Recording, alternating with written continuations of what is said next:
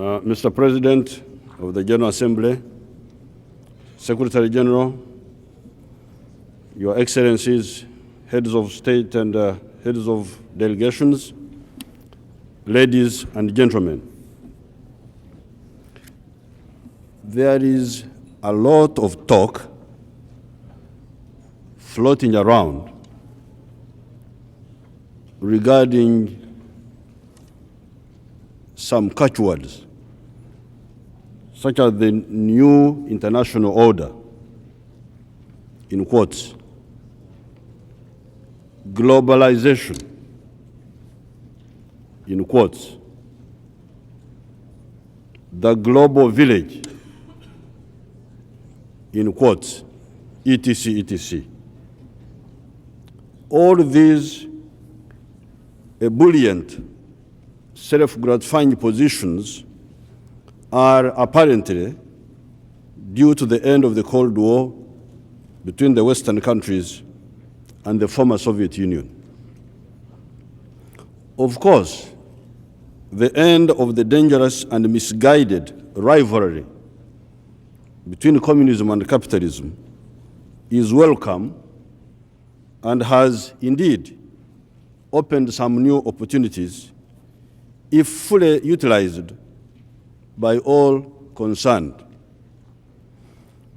However, it must be pointed out unequivocally that many of the problems in the world today predate the Cold War. They predate the onset of communism in Russia in 1917. Slave trade started in the 1440s along the West African coast. A shift from bleeding Africa through slavery to resident colonialism was ordained in Berlin in 1884. This was long before communism took over in Russia. Therefore, the Cold War could not have been responsible for these mistakes and for the complications they created, many of which we are still grappling with up to today, especially in Africa.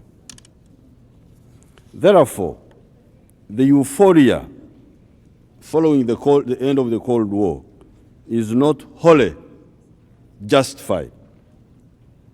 The song about globalization, as I have pointed out repeatedly, is not a new tune at all. Since the 1440s, since 1440s, the Africans were globalized as slaves all over the world. My Christian name is Joel, a Jewish name. So I'm globalized already. Many of my countrymen have got Arab names, like Azizi, Musa, because they are Muslims.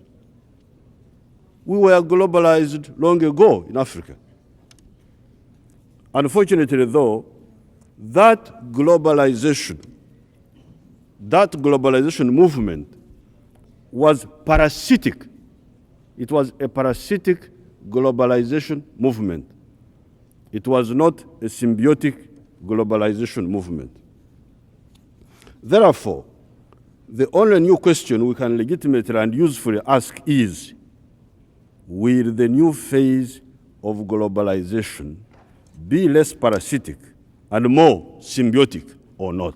This is the question. This new globalization, will it be globalization for everybody's mutual benefit, or is this the old story of parasitism on a global scale? The parasitism in the world is not the sole responsibility of those who benefit from the inequality. Even the victims have always contributed to their marginalization by their own wrong aims and methods before colonization, during colonization, and even after colonization. African myopic chiefs were the main facilitators of the slave trade. Until very recently, the Europeans did not possess the technological means to subdue the African continent as far as transport means were concerned, e.g. railways, weapons were concerned, or medicine. Without the fratricidal wars, without the brother-to-brother wars fomented by the African chiefs, neither slave trade nor colonialism would have been possible. We would have defeated the colonialists and forced them right from the beginning to cooperate with us for everybody's mutual benefit. Weakness on the side of the potential victim always tempts the aggressor. The aggressor is always encouraged by the weakness of the potential victim. Even today, however, the authorship of the inequality among peoples is still a joint responsibility of the victims, in this case the Africans, the Arabs, and other marginalized peoples, of the parasitic globalization movement that is now 500 years old, on the one hand, and the beneficiaries of this hitherto unequal and in the past evil movement on the other. Both the victims and the beneficiaries of the parasitic globalization movement are responsible for this situation. The beneficiaries of the hitherto parasitic globalization movement have been the North Americans, the Europeans, and the Japanese. On account of a variety of reasons, some of the formerly colonized peoples, such as the Indians, Indonesians, Pakistanis, the Southeast Asians, and Latin Americans, and the formerly semi-colonized peoples, such as the Chinese, have made significant upward movements that are helping to slowly but surely even out the balance of power in the world. Some of the other peoples, however, on account of a number of endogenous and exogenous factors, are still living as the wretched of the earth. Many of the Africans and some of the Arabs fall into this category of the still unredeemed of the earth. As I have said, the unredeemed are still so categorized, partly on account of their own internal mistakes, such as sectarianism among themselves, xenophobia, unprincipled conflicts, strangulation of free enterprise, political balkanization of their regions, strangulation of political freedoms, etc., etc., and partly on account of the still very unfavorable exogenous factors. The most unfavorable exogenous factor is the lack of access to markets by these countries in North America, the European Union, Japan, China, India, and Russia. The song about aid is meaningless without access to markets. Aid without access to markets is meaningless. All protectionism, especially in the OECD countries, must end. Subsidies to farmers of Europe must end if we are talking of a global village of symbiosis, not parasitism. I commend the American government and President George Bush for the recent AGOA initiative. AGOA means African Growth and Opportunity Act.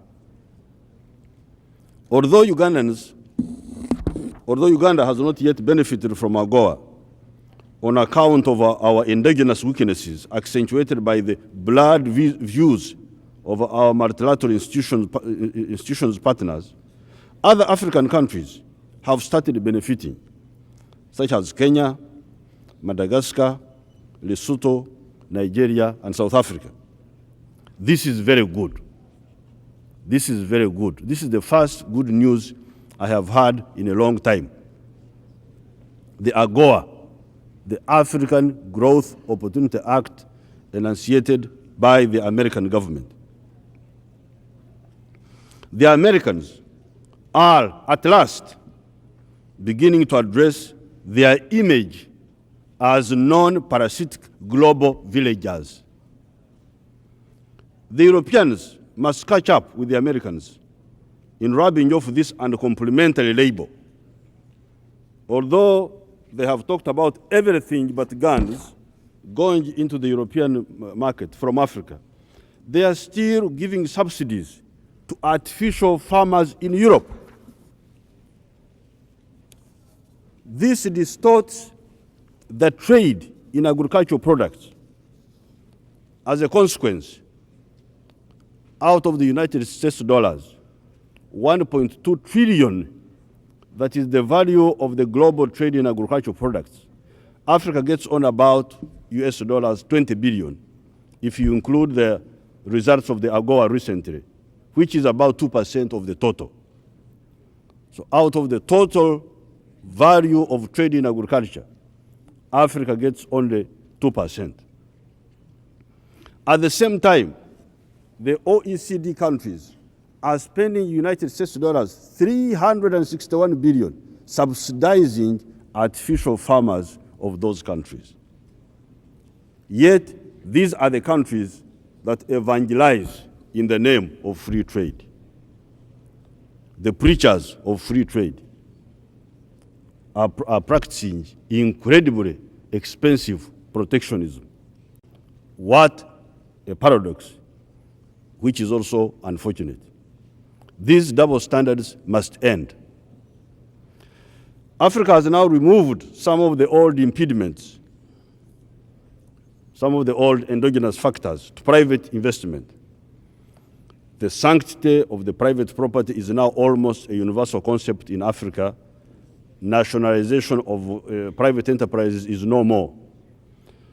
Some of the African countries have got a consistently stable macroeconomic framework. Inflation in Uganda now is minus 0.03% as I speak today. The African currencies are now convertible. A large part of Africa is very peaceful, infrastructure is reasonable, and democracy is widely practiced in Africa today. We are even addressing the issue of excessive political balkanization of the continent, with 53 states in Africa compared to 3 states in the whole of North American continent. We are handling this in a variety of ways, including economic blocs like SADC in Southern Africa, COMESA in East and Central Africa, and ECOWAS in Western Africa. The world, therefore, needs to encourage these positive trends in Africa by opening up their markets on a quota-free, tariff-free basis. This will ipso facto force the multinational investors to rush to Africa and invest there. They are already doing so just by the limited movement of AGOA by the Americans. With more civilized aims and methods, balanced world development is possible and desirable for everybody, including the OECD citizens who are forced to eat inferior foods and are taxed to protect those poor quality foods against better foods from Africa. Whenever I travel abroad, I pack my own Ugandan foods: milk, millet flour, fruits, legumes, chicken, honey, and plantain bananas, called matoke in our language. The other day, my pineapple stocks ran out, and my staff bought pineapples from a supermarket in UK when I was coming here. I just took one slice and terminated the whole exercise at once. First of all, The pineapple is hard. I have never seen a hard pineapple until I saw the one in London. It is less sweet and has got an ammonia-like pungent taste. I had the same experience in Washington once. They brought something they called pineapple. I couldn't believe it. Why must citizens of the world endure these deprivations on account of policies designed to serve narrow interests? Why must this be? I will not eat pineapple again until I go back to Uganda.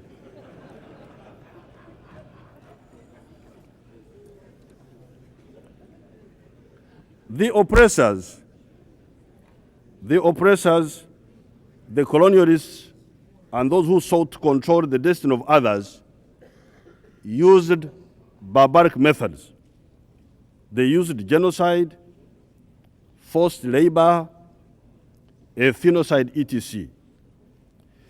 It is amazing, therefore, that some of those who claim to be fighting for the liberation of the oppressed peoples also use barbaric means such as terrorism. In the ongoing debate about terrorism, I've not heard anybody bothering to define the difference between a freedom fighter and a terrorist. I've not heard anybody bothering to define this. What is the difference between a freedom fighter and a terrorist? Museveni Nelson Mandela, Museveni means somebody of dignified, of dignity and elderly. Museveni Nelson Mandela has been a freedom fighter until recently. Was he a terrorist? Not at all. Did you hear that Mr. Mandela was hijacking a plane? Or that he was planting a bomb in a restaurant? But Mr. Mandela was a freedom fighter. He was not a terrorist. The difference between a terrorist and a freedom fighter lies in the fact that while a freedom fighter sometimes may be forced to use violence, he cannot use indiscriminate violence. The one who uses indiscriminate violence, that is the terrorist. A freedom fighter may sometimes be forced to use violence. I was forced to use violence against Idi Amin. You must have heard of Idi Amin. But I never hijacked a plane. You never heard that Museveni hijacked a plane or planted a bomb in a bar. People in bars are not politicians. Some of them are just go there to making merry. If you kill such people, what sort of revolutionary are you? The one who uses indiscriminate violence is a terrorist. A terrorist does not differentiate between combatants and non-combatants, does not differentiate between civilians and servicemen, does not differentiate between armed servicemen and unarmed servicemen. Because even if somebody is a soldier, if he's off duty, you shouldn't attack him if you say you're a freedom fighter. You shouldn't. It's against the laws of war. He fights a war without declaring one, that's a terrorist. That is why the terrorists hijack planes, plant bombs in populated centers, etc., etc.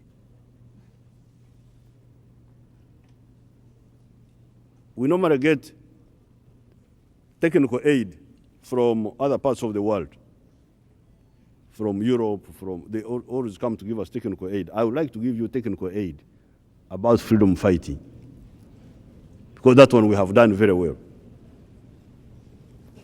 In Africa, since 1961, we fought wars of liberation in Mozambique against the Portuguese, in Angola against the Portuguese, Guinea-Bissau against the Portuguese, Zimbabwe against minority whites, South Africa against minority whites, Namibia against minority whites. Uganda against Idi Amin. There was one criminal called Idi Amin whom we had to fight. We, however, never used terrorism. This is on record. We are always fighting combatant to combatant. Quite a number of times, our comrades were using mass action, strikes, demonstrations, petitions, diplomatic struggles, etc. Not a single plane was hijacked by African freedom fighters, although there were anti-colonial wars in all the countries I have mentioned. The actions by terrorists are misguided, criminal, and must be opposed by all as a matter of principle. Africa was beginning to benefit from AGOA. This AGOA, the move by the Americans to open their markets to our goods. We are beginning to benefit from this. Business has, however, now somewhat slumped in America. Therefore, the terrorists who claim to be fighting for the Palestinian cause are objectively hurting the interests of Africa, who have always been the allies of the Palestinians. This is counterproductive. The terrorists also try to polarize the world on a wrong basis. Muslims versus Christians. This is unacceptable. Exploitation does not know the boundary of race or religion. Exploiters are found in all religions or races. The Arabs had to oppose Turkish imperialism. Yet both the Arabs and the Turks were Muslims. So why did they have to oppose each other? One of the monsters of the last century, Idi Amin, in my country, was a Muslim. We had to get rid of him to liberate everybody, including the Muslims in Uganda. War has been going on in the Sudan for decades. Elements that have been claiming to act in the name of Islam have been the ones taking a wrong position in this conflict, a position of seeking hegemonism among the people of God. I, therefore, this time support the position of the United States, as we did in the Gulf War, in fighting and defeating these reactionaries, profaning the name of freedom fighters. If necessary, all countries of the world opposed to terrorism should contribute troops and finish the job quickly. The coalition against terrorism should be regarded in the same way as the coalition against fascism in the 1930s and 1940s. Nevertheless, the just aspirations of the Palestinian peoples and of other oppressed peoples like the people of Southern Sudan must be supported so that we get peaceful resolutions of these conflicts. I salute freedom and equality of all peoples of the world. Anybody with ambitions to dominate other human beings or exploit them has got illegitimate ambitions. We now have the chance to build a new, just world. Apart from ensuring the free will of all peoples, the most important instrument of emancipation is free trade, giving quota-free, tariff-free access to African goods to the markets of the OECD countries and vice versa. Africa is beginning to tame its conflicts. The conflict in Lesotho was resolved by an African mechanism. Recently, the Arusha Accord ended the conflict in Burundi. It is possible to resolve our age-old problems and finally become part of the new world order and not just be spectators of the process. I thank you very much.